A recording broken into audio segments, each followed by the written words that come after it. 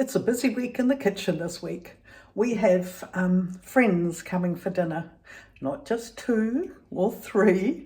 There'll be 11 of us having dinner here on Saturday. It takes a bit to get everybody lined up on the same date, but we chose 18th of January so we could start the year off well and share some stories, dreams and wishes for 2025. And in the kitchen I go. I'm raring to cook up a wonderful meal. Hello there and welcome to my channel. My name is Anita and I'm a Dutch-Kiwi. I'm just starting to prep for a few bits and pieces now. Recipes say, heat the oil, then add your onion and garlic and spices. Well, lately I've actually been doing it the other way around and I'm far happier. I put the onions and garlic in the pan and then added the oil, turned up the element, not to high, but to medium high. And this has just turned out to be the most wonderful way to glaze the garlic and the onion without burning it. Because it just had a slow build up to the heat instead of dropping it in that hot oil. And you know what? I'm going to keep doing it like this now because I really think it's better. Who am I? I know those chefs, they do a far better job, but this is the food I've got to eat. So this is going to be my method from now on. This is the start of my spaghetti bolognese sauce. These are the other ingredients that need to go in. I've got my tomato paste here and my tins of tomato, and I have my mince. Now I'm going to tell you a secret. My visitors won't know that they're actually having fake mince. It's mince made on the basis of soya, and by the time I've made the sauce and I've added the mince, it just looks exactly the same and tastes the same. We've been using it for quite a number of years now and it really is rather lovely. So I'm giving them a vegetarian option without them knowing it.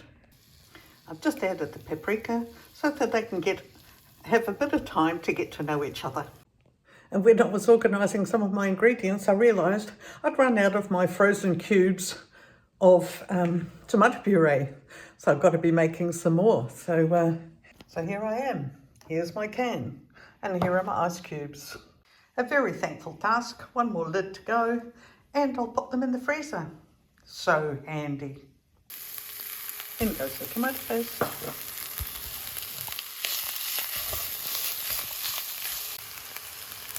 And the tomato.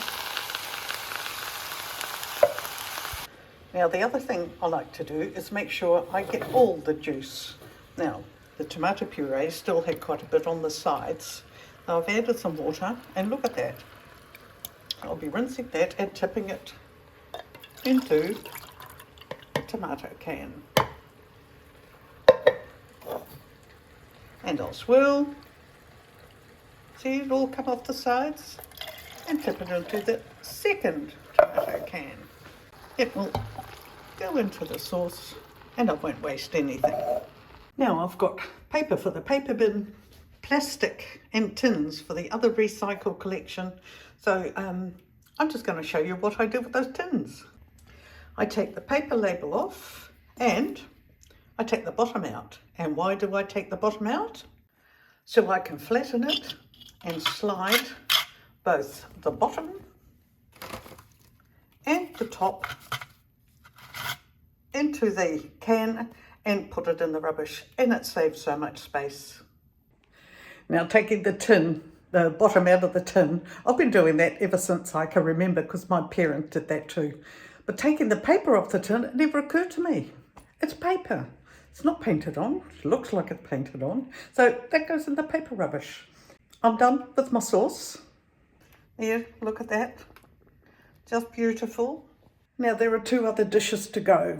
I am actually cooking 3 main dishes so that my guests can choose whatever it is they fancy. Oh yes, well, it is super weather. So that's what we're going to start the dinner with. Time to caramelise the paprika and the curry powder. Now, by doing this, you're actually releasing the flavour in the paprika and in the curry powder. And now it's time to caramelise the onion. A good stir, coating it and just leaving it to release all the beautiful flavour in this carrot.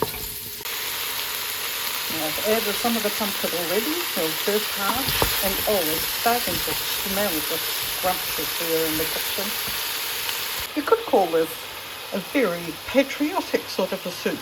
It'll be very orange. The other option for preparing this soup is to roast all the vegetables in the oven and then into the pot with some stock, but I prefer this method myself. Time to add the stock. And now just to let the magic happen. And here we go. Now just look how smooth this is.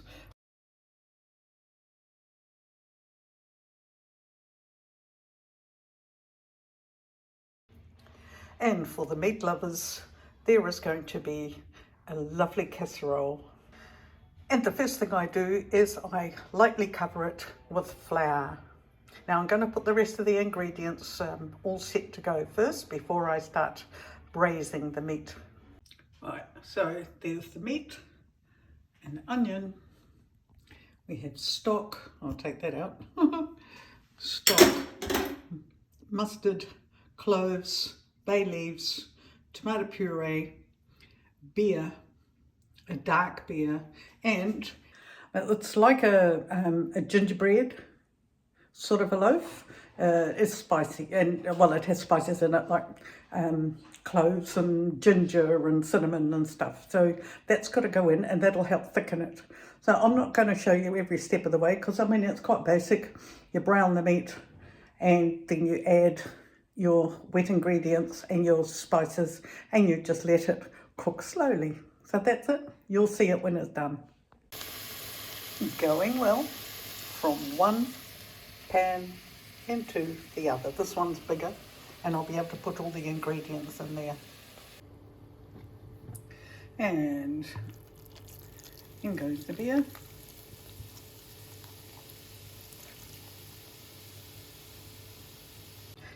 And I've just heated the stock in the pan where I seared the meat in, so as I get all the yummy bits off the bottom of the pan, and that's going in there now.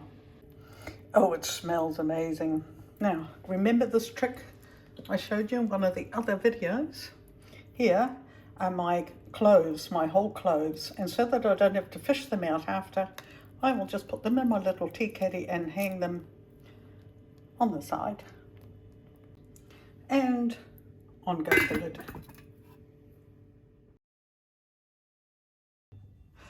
Remember, I had all the ingredients here so I could make chili con carne for our visitors for when our friends come for dinner.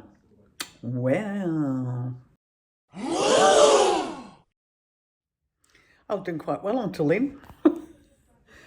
I had the soup ready, made, and I had the spaghetti bowl sauce made, and I prepared the meat for the casserole, which was starting to smell really yum. And after I put the meat on and put it aside, I decided I needed to have my lunch break, which I did. And while I was sitting having my break, I realised my right arm wasn't feeling right. I've had a problem with it before. This time, the problem came back with a vengeance. Oh, God. So anyway, our friends are coming for dinner, only we're not having it here. We have now made booked a table, a big one, at one of our favourite all-you-can-eat restaurants. It's got all sorts, full of sushi and fresh fish and fresh vegetables, and you can wok, or you can go on the grill, or you can have pre-cooked, or, you know, you can just eat anything you like. Very sore in the thumb joint, which I know is one of my Achilles heels, only then it's in my hand. I had surgery on my other hand years ago and I wasn't really that happy about the after effects of it, so I decided not to have my right hand done. I mean, my right hand is my right hand. A friend dinner, but different. Can happen to anyone. I just got to learn to cope with it. So, yeah, here's dinner.